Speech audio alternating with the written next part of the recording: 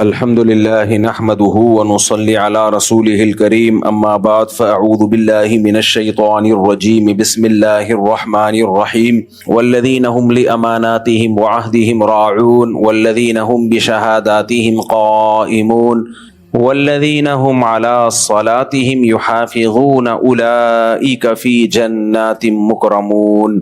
اللہ تعالیٰ نے اہل ایمان کی علامتیں بیان کی ہیں۔ وہ علامتیں جب تک آپ کے اندر پیدا نہیں ہوں گی آپ مومن نہیں کہلاؤ گے اللہ کی نظر میں۔ ہماری نظر میں مومن اس کو کہا جاتا ہے جس نے شناختی کارڈ میں مذہب کے خانے میں اسلام لکھا ہوا ہو۔ اللہ کی نظر میں اتنا کافی نہیں ہے۔ آپ کے اندر کچھ علامتیں پائی جائیں گی، کچھ باتیں پائی جائیں گی تو پھر اللہ مانے گا کہ آپ مومن ہو، کیونکہ مومن اسے کہتے ہیں جس کا اللہ پہ ایمان ہو، وہ مانتا ہو کہ ہمیں کسی نے پیدا کیا ہے، ہم خود بخود نہیں بنے۔ وہ یہ مانتا ہو کہ جس نے ہمیں پیدا کیا ہے وہ ہم سے رابطے میں بھی ہے، اور رابطہ اس نے کس کے ذریعے کیا؟ پیغمبروں کے ذریعے۔ جو پیغمبروں کو نہیں مانتا اللہ کی نظر میں وہ بھی مومن نہیں ہے۔ میں بار بار اس کی ایک مثال دیتا ہوں۔ ایک صاحب آپ کو آرڈر دیتے ہیں یہ کرو وہ کرو، آپ کچھ بھی بات نہیں مانتے تو وہ پھر آپ کو کہتے ہیں بیٹا میں تمہارا باپ ہوں یار، تم کچھ مانتے ہی نہیں ہو۔ تو آپ کہیں ہاں میں آپ کو اپنا ابا تو مانتا ہوں، تو پھر بیٹا تھوڑا سا پانی پلا دو، پیاس لگ رہی ہے۔ آپ کہیں میں آپ کو اپنا ابا تو مانتا ہوں لیکن میں پانی نہیں پلاؤں گا آپ کو۔ میں آپ کو اپنا ابا تو مانتا ہوں لیکن آپ کی کوئی بات نہیں مانوں گا۔ میں آپ کو اپنا ابا تو مانتا ہوں لیکن یہ نہیں کروں گا وہ نہیں کروں گا۔ تو پھر ابا کیا کہے گا؟ بیٹا یہ تکلف کی ضرورت بالکل بھی نہیں ہے، مجھے اپنا ابا کہنے کے تکلف کی ضرورت نہیں ہے۔ ایک خاتون ہے، اس کا میاں نان نفقہ بھی اٹھاتا ہے، اس کا خرچہ بھی اٹھاتا ہے، اس سے کوئی کام کا کہتا ہے تو وہ کہتی ہے کہ آپ میرے ہسبینڈ ہو، لیکن مانتی کچھ بھی نہیں ہے۔ جمشید ہسبینڈ کا نام ہے جمشید، سلام دعا زیادہ اچھی رکھی ہوئی ہے غفار بھائی سے، ستار بھائی سے، سلیم بھائی سے۔ تو شوہر کہتا ہے میں جب تم سے بات کرتا ہوں تو بالکل بات ہی نہیں کرتی، اور جب جمشید غفار صاحب آئیں گے تو ایک دم فری ہو جاتی ہو۔ تو کیا کنفرم بھی ہے تمہیں کہ میں تمہارا ہسبینڈ ہوں؟ وہ جواب میں کہتی ہے نہیں، ہسبینڈ تو کون ہے؟ آپ ہی ہو۔ تو بار بار وہ آپ کو ہسبینڈ بولے گی تو ایک دن آپ بولو گے کہ اس تکلف کی ضرورت نہیں ہے، میں لعنت بھیجتا ہوں ایسے ہسبینڈ پہ، آپ یہاں تک آ جاؤ گے۔ اسی طرح بیگم آپ سے بولتی ہے نان نفقہ برداشت کرو، میرا خرچہ اٹھاؤ، کچھ بازار سے انڈے لے آیا کرو، دودھ دہی لے آیا کرو۔ آپ کو کیوں لے آیا کروں؟ بھائی میں تمہاری وائف ہوں، تم نہیں مانتے؟ ہاں میں مانتا ہوں، تم میری وائف ہو، تمہارا نکاح بھی مفتی طارق مسعود صاحب نے میرے ساتھ پڑھایا تھا، اور میں مانتا ہوں نادرا کے ڈاکومنٹس ہیں، سب کچھ ہے، میں ثبوت ہے۔ تو اچھا پھر باہر جا رہے ہو، دہی لیتے ہوئے آنا، آلو پیاز لیتے ہوئے آنا، کسی سے منگوا لو، کھانا پکانا ہے، نان نفقہ، گیس کا بل آیا ہوا ہے، بجلی کا بل آیا ہوا ہے، بچوں کے اسکول کی فیسیں، آپ کہتے ہو یہ میں نہیں کر سکتا۔ پھر وہ کہے گی تو میں آپ کی بیوی نہیں ہوں؟ آپ جواب میں کو بیوی تو ہو بھائی۔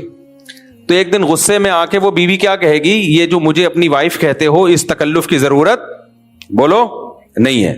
دنیا میں کوئی بھی رشتہ، جب ہم کسی سے کوئی رشتے کا اظہار کرتے ہیں تو اس پہ کچھ نہ کچھ ذمہ داریاں عائد ہو جاتی ہیں۔ یہ دنیا میں انگریز وہ واحد قوم ہے جو ایک دوسرے سے رشتے کا اظہار بھی کرتے ہیں لیکن پھر بھی کسی کی کوئی ذمہ داری اٹھانے کے لیے تیار نہیں ہوتے۔ یہ پروٹوکول قدرت نے صرف انگریزوں کو دیا ہے، نہیں آئی سمجھ۔ بہت گہری بات کی ہے، جو بہت ہائی لیول کی بات ہوئی ہے۔ یہاں وہ لوگ آیا کریں جن کی مینٹیلٹی عام پبلک سے بہت زیادہ اونچی ہے، درمیانے لیول کے لوگ نہیں آیا کریں، میری بات سن لیں۔ بہت گہری بات کہتی میں نے۔ انگریزوں میں ریلیشن ہوتے ہیں، میاں بیوی کا ریلیشن بھی ہوتا ہے، گرل فرینڈ بوائے فرینڈ کا ریلیشن بھی ہوتا ہے، دوستی کا ریلیشن بھی ہوتا ہے، نہیں آئے بات ہوتا ہے نا۔ تو اب میاں بیوی کے ریلیشن میں کیا ہوتا ہے؟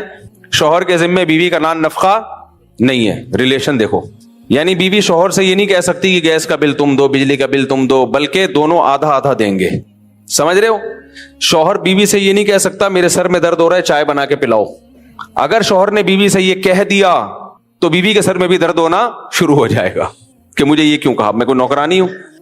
تو اسی وجہ سے وہاں ہسبینڈ اور وائف کا مطلب پتہ ہے کیا ہوتا ہے؟ وہاں ہسبینڈ اور وائف کا مطلب ہوتا ہے کہ اتفاق سے دونوں ایک ہی گھر میں لائف گزاریں گے، اور اسی حسن اتفاق میں ایک آدھ بچہ بھی اگر پیدا کر لیں تو کوئی ٹینشن کی بات نہیں ہے، کوشش کریں گے مل کے پال لیں، آدھا تمہارا آدھا ہمارا وغیرہ وغیرہ۔ تو وہ ریلیشن کی ایسی کی تیسی۔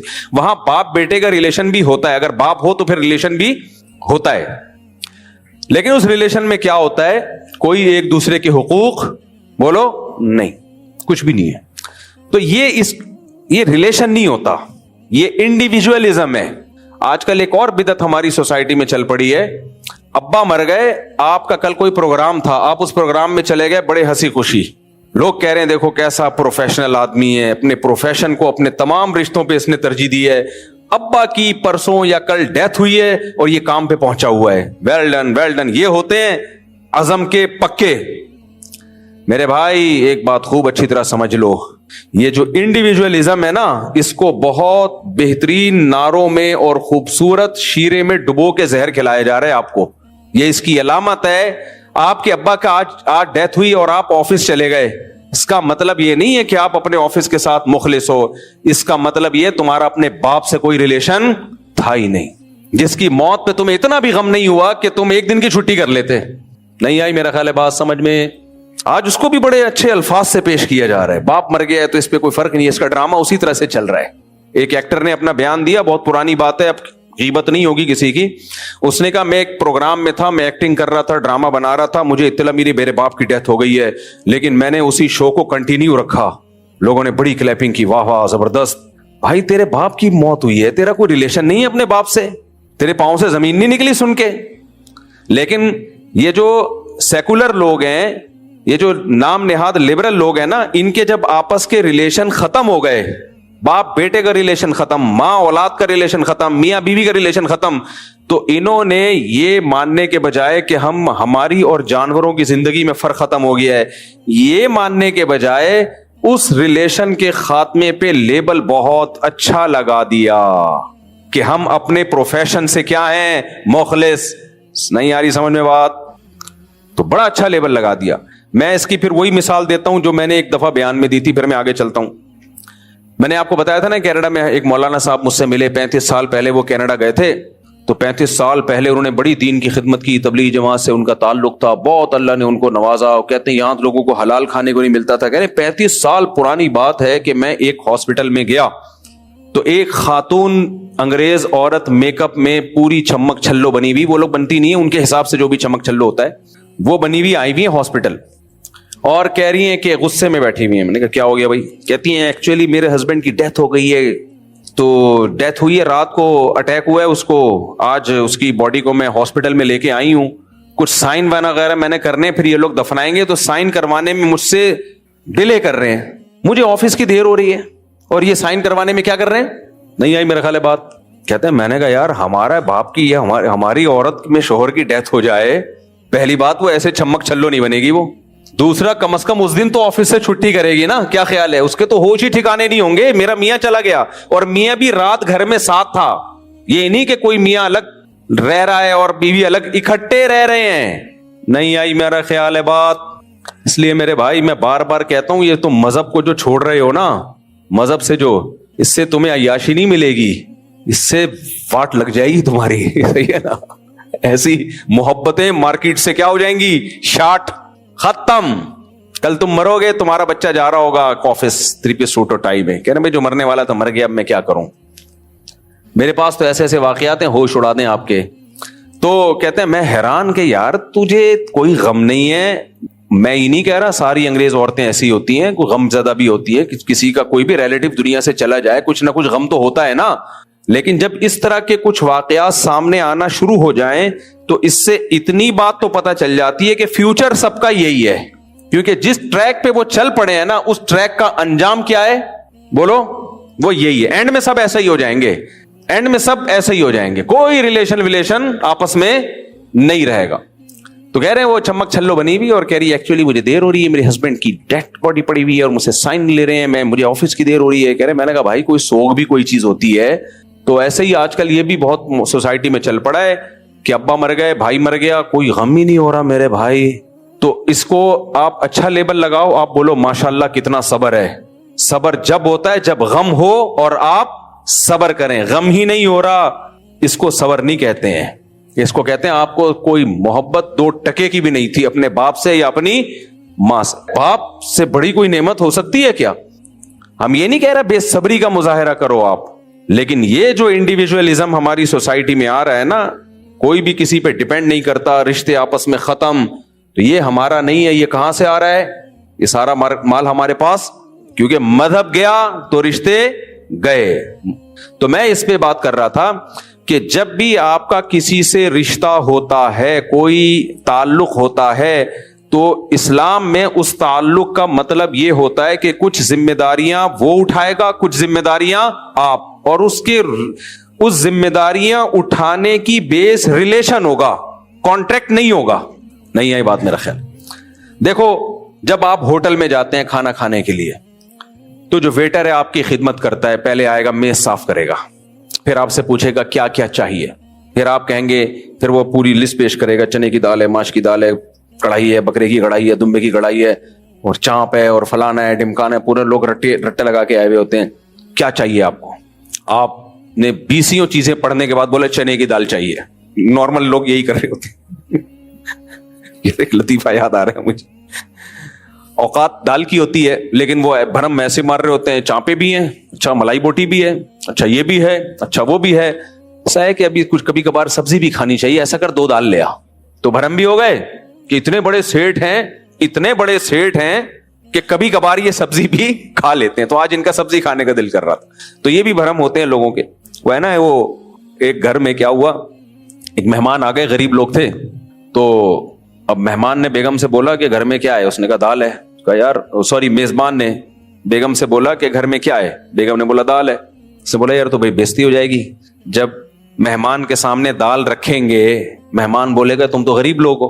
تو عورت بڑی ہوشیار تھی, اس نے کہا ایسا کرنا کہ میں ایک دیگچی گراؤں گی, تم کہنا بیگم کیا گر گیا, میں کہوں گی وہ ہو قورمے کی دیگچے پہ میری کونی لگی اور قورمہ گر گیا. میں کہوں گا چلو قورمہ ضائع ہو گیا, بریانی تو ہے نا وہ لے آؤ. پھر تم دھڑام سے دیگچی گرانا, میں کیا ہوا, او ہو میری کوہنی لگی, وہ بریانی کی دیگچی بھی گر گئی. ایسے کر کر کے آخر میں بولیں گے بھائی دال رہ گئی ہے, چلو اب دال لے آؤ. تو بھرم بھی رہ جائیں گے اور مہمان بھی کھانا کھا لے گا. تو مہمان کے سامنے بیٹھے ہوئے ایک دم دھڑام کی آواز آئی, بیگم کیا گر گیا, اس نے کہا دال کی دیگچی گر گئی. وہ کونی اتفاق سے کس پہ لگ گئی, دال کی دیگچی پہ.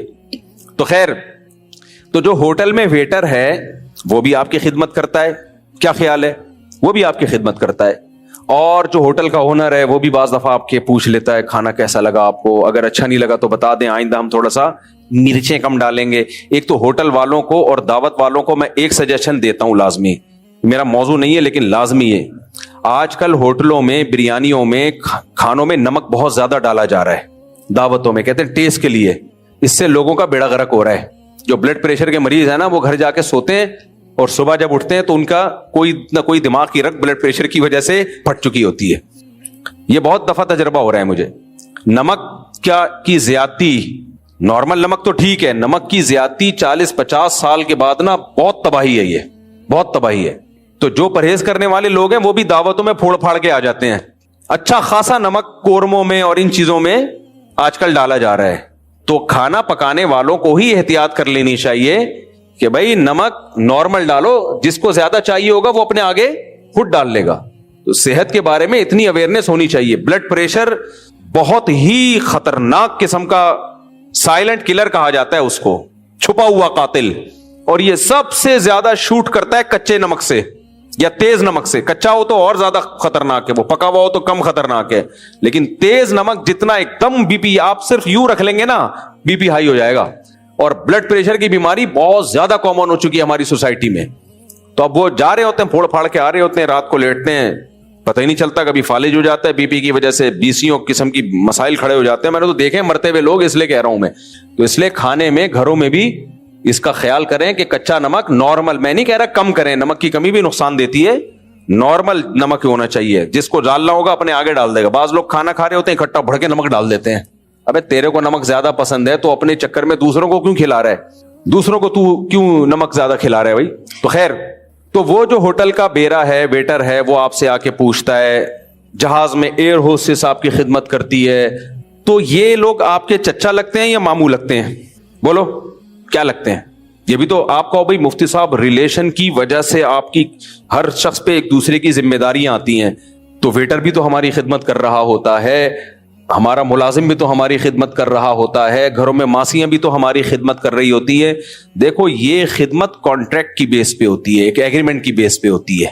یہ والی خدمت تو غیر مسلموں میں مسلموں سے زیادہ ہے.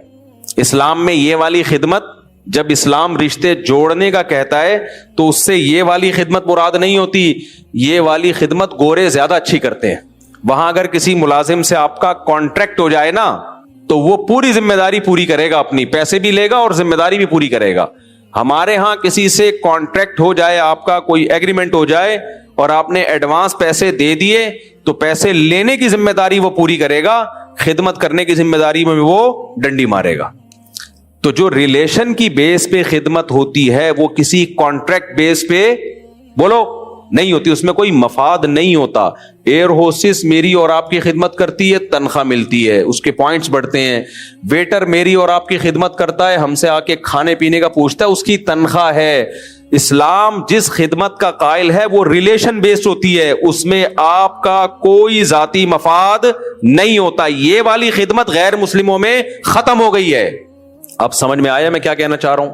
تبھی ان میں باپ کی خدمت نہیں ہوتی، کیونکہ باپ سے کوئی کانٹریکٹ بولو نہیں ہوتا کہ ابا میں آپ کے پاؤں دباؤں گا، 15 منٹ تک دباؤں گا تو 15,000 ہوں گے ٹوٹل اس کے. اگر ابا کسی گورے کا ابا کہتے نا تو میرا سر دبا یا سر میں مالش کر، آدھے گھنٹے کے $100 تو وہ 1 گھنٹہ مالش کر دے گا، $200 کما لے گا. سمجھ رہے ہو؟ نہیں آئی میرا خیال ہے بات. اگر ان کی وائف، انگریز کی وائف مسز نیلسن بول دے کہ اگر تم نے مجھے چائے بنا کے پلا دی، میرے سر میں درد ہو رہا ہے، آج چائے تم بنا کے پلا دو تو اس کے $50 میں تمہیں دوں گی. تو ممکن ہے ہماری عورت اگر کہے کہ آپ چائے بنائے تو میں $50 دوں گی، تو ہم 50 لے لیں اور چائے ویسی نہ بنائے جیسی $50 بننی چاہیے، کیونکہ یہ معاہدوں میں ہم ڈنڈیاں مارتے ہیں. لیکن انگریز کی بیوی اگر کہے گی نا تو وہ پوری ذمہ داری کے ساتھ ایسی بہترین چائے بنائے گا جو 50 میں بننی چاہیے. وہ یہاں ڈنڈی نہیں مارے گا، کیونکہ یہ ایگریمنٹ بیس خدمت ہو رہی ہے، اس میں وہ معاہدوں کو وہ پورا کرتے ہیں. نہیں آ رہی میرا خیال ہے بات؟ ہاں اگر پاکستان میں ہمارے کلچر میں بیگم اور میاں کا ایگریمنٹ نہیں ہوا ہے چائے بنانے کا، شوہر ایز اے شوہر کبھی بیوی کی خدمت کر لے کہ کبھی کبھار گھر کے کام مجھے بھی کر لینے چاہیے، تو پھر وہ اس میں ڈنڈی بولو نہیں مارے. اور نہیں مارتا ڈنڈی، صرف 50 کی چائے نہیں پلاتا، وہ لاکھوں روپے اس کے علاج پہ خرچ کر دیتا ہے. کیا خیال ہے بھائی؟ وہ لاکھوں روپے خرچ کر دیتا ہے، میں نے تو دیکھا اپنی زندگیوں میں. تو اس لیے جب بھی کسی کا کسی سے ریلیشن ہوتا ہے تو انگریز میں اور اسلام میں فرق کیا ہے؟ انگریز اس ریلیشن کی بیس پہ کسی پہ کوئی ذمہ داری نہیں ڈالتا، جبکہ اسلام اس ذمہ داریوں کو قبول کیے بغیر کسی ریلیشن کا قائل بولو نا نہیں ہے. تبھی اسلام میں نا حقوق کی ایک طویل فہرست ہے. ماں کے حقوق، باپ کے حقوق، بیوی کے حقوق، بھائی کے حقوق، بیٹی کے حقوق، بہن کے حقوق، پڑوسیوں کے حقوق. کھانا کھاؤ، پڑوسی بھوکا ہے، تم پیٹ بھر کے کھا لیا، تم مومن نہیں ہو. حالانکہ کوئی پڑوسیوں سے ایگریمنٹ ہوا تھا ہمارا ہے بھائی پڑوسی اگر پیٹ نہیں بھرا ہوا تو جانا کمانا، تو ہماری تھوڑی ذمہ داری ہے تیرا پیٹ بھرنا، یہ گورنمنٹ کی ذمہ داری ہے. نہیں، اسلام کہتے ہیں نا، اگر تمہارا پڑوسی بھوکا ہے اور تمہیں پڑوس کی خبر نہیں ہے تو قیامت کے دن سوال کس سے ہوگا؟ تم سے بھی ہوگا کہ تمہارے پڑوس میں رہتا تھا، تم نے خبر گیری کیوں نہیں کی کہ بھائی کیا کچھ کھانے کو مل بھی رہا ہے کہ نہیں مل رہا، بے روزگار تو نہیں گھوم رہے. اسلام پڑوسیوں کا کہہ رہا ہے، یہاں بھائی کو نہیں پوچھ رہا، یہاں بھائی بے روزگار گھوم رہا ہے اور بڑا بھائی وہ نوٹ چھاپنے کی مشین بنا ہوا ہے، وہ چھوٹے بھائی کو نہیں پوچھے گا، بولے گا بھائی میرا تیرا لینے دینا کیا. تو یہ جو سوسائٹی میں سیٹ اپ آ رہا ہے نا، یہ اسلام نہیں ہے. تو اسلام ریلیشن اور ریلیشن کی بیس پہ خالی پیلی کے ریلیشن نہیں، جس کی میں نے مثال دی کہ آپ کچھ حقوق ادا کر نہیں رہے، میں تمہارا ہسبینڈ ہوں، وہ کچھ حقوق ادا کر نہیں رہے، میں تمہاری وائف ہوں، آپ کچھ حقوق ادا کر نہیں رہے، میں تمہارا بھائی ہوں، میں تمہارا دوست ہوں، میں تمہارا ماموں ہوں، میں تمہارا ابا ہوں. تو خالی پیلی کے ریلیشن سے میرے بھائی جیسے دنیا میں کوئی اس ریلیشن کو نہیں مانتا، تو اللہ اس خالی پیلی کے ریلیشن کو کیوں مان لے گا کہ اللہ تو ہمارا اللہ ہے، ہم تیرے بندے. تو ایسا ریلیشن انگریز اللہ میاں کے ساتھ بھی وہی معاملہ کیا جو آپس میں کیا. انگریز بھی اللہ کو مانتا ہے، گاڈ کہتا ہے وہ اللہ کو، لیکن اللہ کہتا ہے نماز قائم کرو، انگریز کہتا ہے بھائی کیوں نماز قائم کریں ہم. اللہ کہتا ہے شراب چھوڑ دو، انگریز کہتا ہے کیوں چھوڑ دیں ہم. اللہ کہتا ہے خنزیر کا گوشت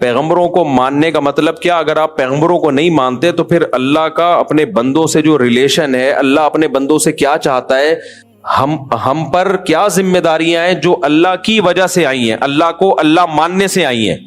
عورت شوہر کو شوہر مان لے تو شوہر ماننے سے عورت پر کچھ ذمہ داریاں آ جاتی ہیں. شوہر عورت کو اپنی بیوی مان لے تو ماننے کے بعد شوہر پر کچھ ذمہ داریاں آ جاتی ہیں. آپ کسی کو اپنا دوست مان لیں تو دوست ماننے کے بعد کچھ ذمہ داریاں آپ کے اوپر آ جاتی ہیں. آپ کسی کو اپنا بھائی کہہ دیں تو بھائی ماننے کے بعد کچھ ذمہ داریاں آ جاتی ہیں. اولاد مان لیں تو اولاد ماننے کے بعد کچھ ذمہ داریاں آ جاتی ہیں. ماں باپ مان لیں تو ماں باپ ماننے کے بعد. اسی طرح جب آپ کسی کو اللہ مان لیتے ہو، خدا مان لیتے ہو، تو بھی کچھ ذمہ داریاں آپ پہ لاگو ہو جاتی ہیں. انگریز کہتے ہیں کوئی ذمہ داریاں لاگو نہیں ہوتی، ہندو کہتا ہے کوئی ذمہ داریاں لاگو نہیں ہوتی، سکھ کہتا ہے کوئی ذمہ داریاں یا ہوتی ہیں بہت تھوڑی سی، لیکن اللہ کہتا ہے بہت ساری ذمہ داریاں لاگو ہوتی ہیں. تو اس لیے ایمان بالغیب کا ہمیں حکم ہے کہ ہم نے اللہ کو دیکھا نہیں، ایمان لانا ہے.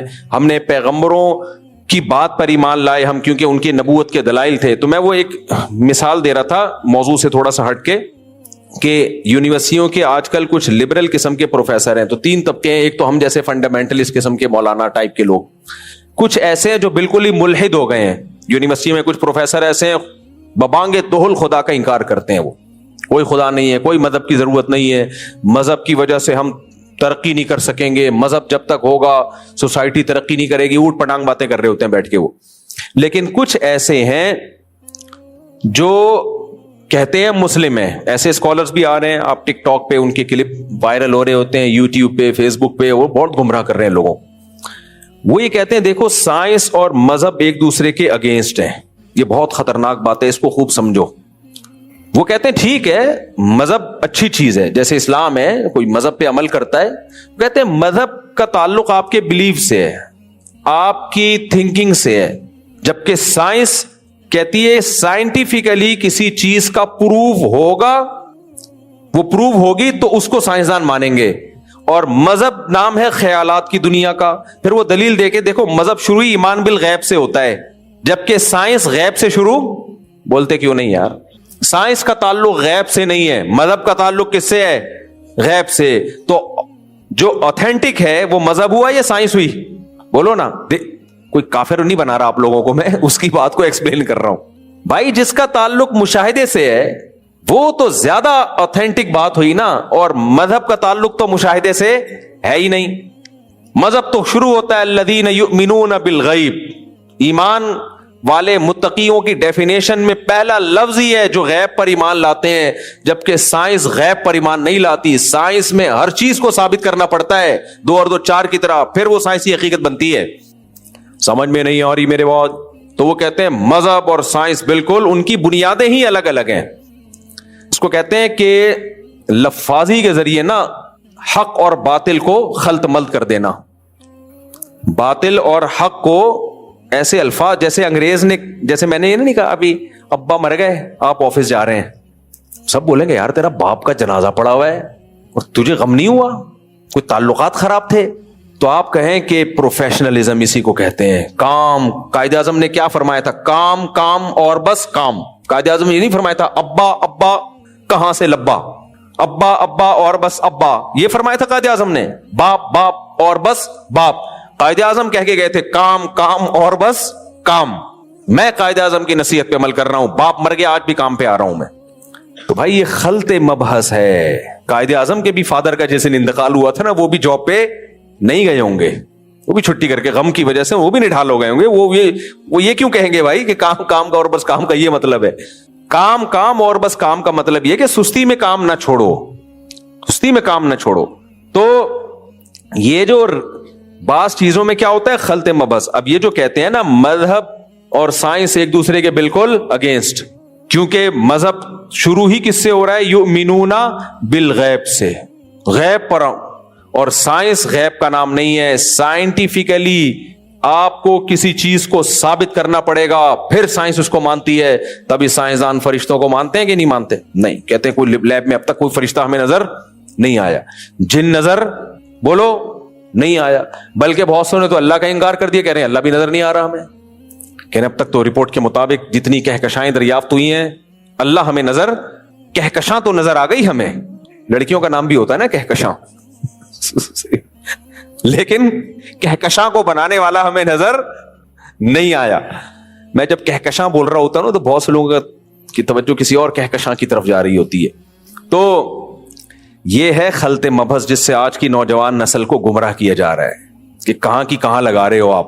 دیکھو قرآن جب کہتا ہے نا یؤمنون بالغیب, جو غیب پر ایمان لاتے ہیں, تو اس سے مطلق غیب مراد نہیں ہے, وہ غیب مراد ہے جس غیب پر دلائل کے ساتھ اس کا وجود ثابت ہو جائے, اور اس کو غیب اس لیے کہا گیا کہ وہ مشاہدے میں نہیں ہے. وہ نہیں آئی میرا خیال ہے بات, اور یہ بات سائنٹیفکلی ثابت ہے کہ ہر چیز مشاہدے سے ثابت نہیں ہوتی, بہت دلیل ہو. دیکھو اور آسان مثال سے میں سمجھاتا ہوں, اور آسان مثال سے, آپ نے جمشید پہ کیس کیا, میں نے سلیم اور غفار کو بہت عرصے سے معاف کیا ہوا ہے, آج کل میں جمشید کے پیچھے پڑا ہوا ہوں, ٹھیک ہے.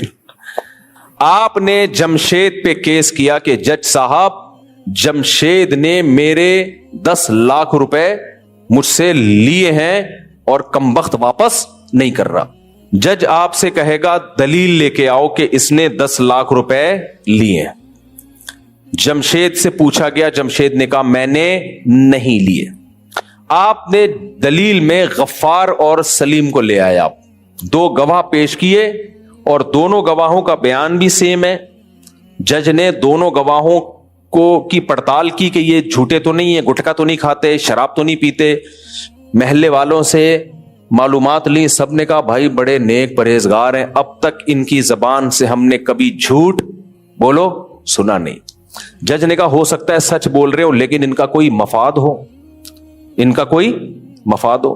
تو جج نے دیکھا نہ کوئی رشتہ داری ہے ان کی, نیوٹرل لوگ ہیں, ان کا کوئی لینا دینا بھی نہیں ہے, نہ جمشید سے اور نہ جمشید کے خلاف کیس کرنے والے سے کوئی مفاد بھی نہیں ہے. بلکہ جمشید اتنا طاقتور ہے کہ انہیں جمشید کے خلاف گواہی دینے میں خطرہ ہے کہ جمشید کے گنڈے ان کو ٹھکائی نہ لگا دیں, مار نہ دیں ان کو. سمجھ میں آ رہی ہے بات؟ یعنی جمشید کے خلاف گواہی دینے میں الٹا خطرہ ہے ان کو. اب مجھے بتاؤ جج ان دونوں کی گواہی پہ جمشید کے خلاف فیصلہ کرے گا کہ نہیں کرے گا؟ بولو نا, کرے گا یقیناً.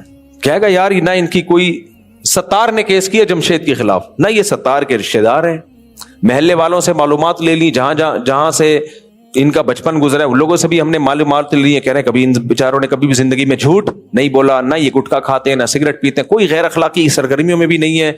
بہت زیادہ تحقیق کی ان کا اپنے گھر والوں کے ساتھ سلوک کیسا ہے, بیویوں نے بھی کوئی ان کے خلاف کبھی کمپلین نہیں کی ہے, بچے بھی کہتے ہیں ہمارے ابا بہت نیک ہیں. ہر طرح سے جج نے ایسا کرتا نہیں ہے, جج اتنا نیک آج تک پیدا ہوا نہیں ہے, لیکن خیالی دنیا میں جانے میں گورنمنٹ نے کوئی پابندی نہیں لگائی. فرض کر لو اتنے نیک جج. پھر جج نے کہا یار مفاد ہو سکتا ہے ان کا غفار سے کوئی مفاد ہو. سوری غفار تھا جس نے پیسے دیے تھے, بے وقوف تو تھا اتنا تو ہے, لیکن نام کیا تھا اس کا, پیسے دیے تھے نا, بے وقوف تو بہرحال تھا. کیا نام تھا؟ ستار. تو ستار سے ان کا کوئی ریلیشن, پوری تحقیق کر لی, گواہیوں پہ گواہیاں لے لی, جرح کر لی, بالکل ایک نمبر ہیں بھائی یہ دونوں گواہ. اور مفاد تو دور کی بات, گواہی دینے میں الٹا ان کی جان کو خطرہ ہے, جمشید مروا دے گا ان کو, پھر بھی یہ گواہی دے رہے ہیں. اب جج کہے گا یار یہ ثابت ہو گیا, عدالت یہ فیصلہ کرتی ہے کہ جمشید کمبخت نے ستار کے 10 لاکھ روپے کھائے ہیں. اب آپ آ گئے, آپ یونیورسٹی کے پروفیسر تھے, سائنس بہت زیادہ پڑھی ہوئی تھی آپ نے کیا پڑھی ہوئی تھی؟ سائنس. آپ نے کہا میں آکسفورڈ یونیورسٹی سے پڑھ کر آیا ہوں اور میں نے سائنس پڑھی ہے. سائنس یہ کہتی ہے, سائنس کہتی ہے جج صاحب آپ نے خود دیکھا, سائنس مشاہدے کا نام ہے, غیب کا نام نہیں ہے. غیب پر یقین نہیں رکھتی سائنس. میں چونکہ سائنسدان ہوں, جج صاحب آپ نے اپنی آنکھوں سے دیکھا کہ غفار نے جمشید کو 10 لاکھ روپے دیے ہے بھائی؟ جج کہے گا نہیں بھائی میں نے آنکھوں سے دیکھنا ہوتا میں کرسی پہ بیٹھوں یا لوگوں کے گھر جا کے آنکھوں سے دیکھتا رہوں, میں تو یہاں بیٹھا ہوا ہوں. جج صاحب سائنس نہیں پڑھی لگتا ہے آپ نے, آپ تو بن دیکھی بات پہ یقین کر رہے ہو. جمشید تو انکار کر رہے ہیں مجھ سے کوئی پیسے نہیں لیے, اور آپ نے پھر بھی جمشید پہ 10 لاکھ روپے ڈال دیے. لگتا ہے آپ کا مولویوں سے تعلق ہے, یؤمنون بالغیب, آپ غیب کی باتوں پہ یقین کرتے ہو. دیکھو جج صاحب سائنس اس کا نام نہیں ہے, سائنس مشاہدے کا نام ہے. مشاہدہ آپ نے نہیں کیا, لہذا آپ نے جمشید پہ جو بلی ڈالی ہے اکارڈنگ ٹو سائنس اور سائنسدانوں کے حساب سے یہ بلی غلط ہے. جج کہے گا بھائی آپ اپنے دماغ کا علاج کروائیں. دنیا میں جتنے بھی فیصلے ہوتے ہیں گواہیوں کی بیس پہ ہی ہوتے ہیں. ہاں گواہوں کے بارے میں دیکھا جاتا ہے جھوٹے ہیں یا سچے, اور گواہوں کا مشاہدہ ہے کہ انہوں نے جمشید کو لیتے ہوئے دیکھے ہیں. اب ہر شخص کا مشاہدہ کرنا ضروری نہیں ہے, گواہوں کا مشاہدہ کافی ہے. اب ہمارے لیے گواہوں کے سچے ہونے کا مشاہدہ کی ضرورت ہے. ہمیں ہر کیس کو ہمیں خود دیکھنے کی ضرورت نہیں ہے. مثال کے طور پر جو سائنسی نظریات ہوتے ہیں, سائنسدان کہتے ہیں ہم نے کووڈ کی ویکسین ایجاد کر لی ہے. یہ ویکسین آپ کی تشریفوں کا تذکرہ ہر بیان میں آ جاتا ہے. یار پچھلی دفعہ بھی 2-3 تشریفیں اور پھر چترال وترال آ گئے, اس پہ لوگ بہت پریشان ہیں. میں نے کہا تھا نا, آپ نے اگر کسی کو پیسے دیے تو پیسے نکلوانے کا صرف ایک ہی طریقہ ہے کہ دونوں تشریفوں پہ رکھ کے کیا لگاؤ, چترال. اس کا فائدہ کیا ہوگا, نشان بھی پڑے گا, ہڈی نہیں ٹوٹے گی, تو وہ ثبوت کے طور پہ نشان دکھا بھی نہیں سکے گا. اور سائنس مشاہدے کا نام ہے. سائنس کس کا نام ہے؟ جب تک نشان دیکھیں گے نہیں فیصلہ کریں گے ہم نہیں کر سکتے. تو خیر, تو اب یہ تشریف کا ذکر پتہ نہیں کہاں سے آ گیا. خیر, میں کیا بات کر رہا تھا, یہ لوگ میرے پاس نا روتے ہوئے بہت آ رہے ہوتے ہیں, اس لیے میں اتنا سخت ہوں اس میں. ہر 4 دن بعد کوئی کیس آ رہا ہوتا ہے, میرے پیسے اس نے کھا گیا, میرے پیسے وہ کھا گیا, میرے پیسے وہ. تو دیے کیوں بھائی؟ کہہ رہے یار وہ تبلیغی جماعت سے اس کا تعلق, وہ بزرگ ہے, وہ نیک ہے, وہ تو ایک نمبر ہے, وہ تو ایسے ہے. بھائی آپ پیسے دینے سے پہلے سوچا کرو. اس زمانے میں کسی کو پیسے دینے والا بے وقوف, جو لے کے واپس کر دے اس سے بڑا بے وقوف, اور جس کو ہماری بات سمجھ میں آئے وہ ان دونوں سے سمجھ میں نہ آئے وہ ان دونوں سے بڑا بے وقوف ہے. پیسے ویسے اپنی جیب میں رکھا کرو بس. کسی کو دیے تو گئے, زکات میں دے دو, صدقے میں دے دو, باقی کاروبار کے لیے دو گے کوئی نہیں کما کے دے گا. خیر, چاہے مفتی ہو چاہے بزرگ ہو, نہیں سمجھ میں آ رہا تو دے کے دیکھ لو بس.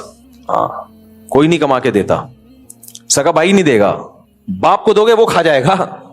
باپ ویسے تمہیں کھلاتا رہے گا, لیکن جس دن ابا کو کاروبار کے نام پہ پیسے دیے ابا بھی کھا جائے گا. بیٹے کو دے دیے بیٹا کھا جائے گا. مجھے لوگ کہتے ہیں میں اپنے بیٹے کو ٹیکسی خرید کے دینا چاہتا ہوں, وہ ٹیکسی چلائے.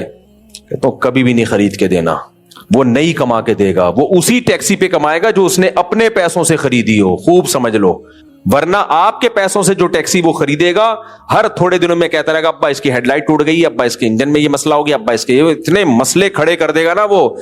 تو وہ آپ ٹیکسیاں ہی خرید کے دیتے رہو گے ساری زندگی, اور جتنا کمائے گا اس سے زیادہ اس پہ لگے گا.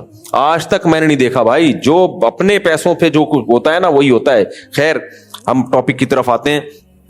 تو اب آپ نے جج سے کہا, جج صاحب سائنس تو نام ہے مشاہدے کا, آپ نے خود تو دیکھا نہیں. تو جج کیا کہے گا, بھائی غفار کے ذمے یہ تھا کہ دلیل سے ثابت کر دے کہ جمشید نے میں نے پیسے لیے ہیں, اور دلیل 2 چیزوں کا نام ہے, یا تو خود مشاہدہ کیا ہو یا کسی قابل اعتماد آدمی کے مشاہدے پر فیصلہ کرو آپ.